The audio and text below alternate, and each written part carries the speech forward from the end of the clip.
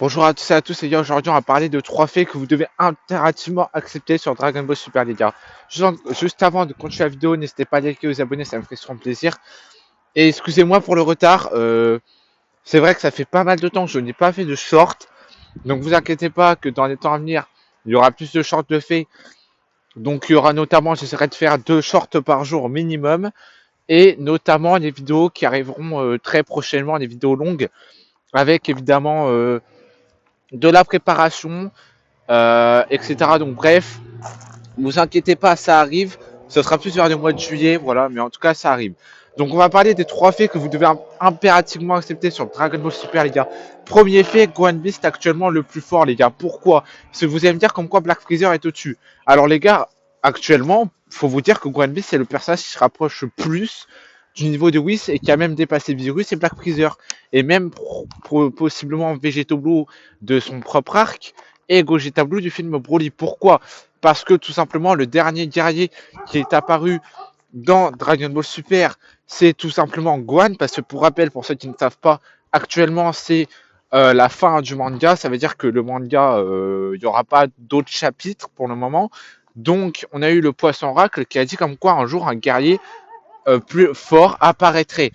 Et on a Goku qui lui avait posé la question si c'est Black Freezer, et le poisson oracle va lui dire que non. Donc, le seul personnage qui a obtenu un énorme up et qui a même dépassé, j'ai envie de te dire, on a vu Goku dans les derniers chapitres, c'est bien tout simplement Gohan. Donc oui, Gohan est supérieur à tout le monde et actuellement le plus fort, à part évidemment en exclut Whis, etc.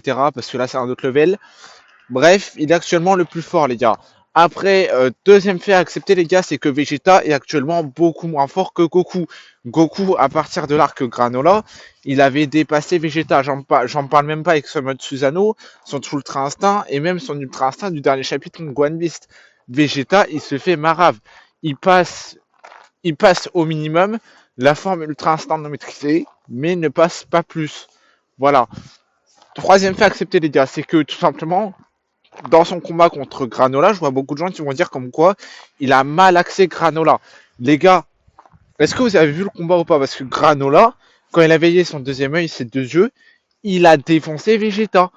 Et même Vegeta, il a une nouvelle transfo pour que dalle. Pourquoi? Parce que c'était un chapitre. Il ne savait même pas comment l'utiliser.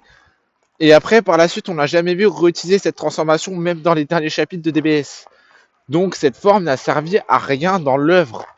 C'est une des formes les plus frauduleuses qui n'a servi à rien, les gars. Voilà, c'est tout ce que j'avais à dire.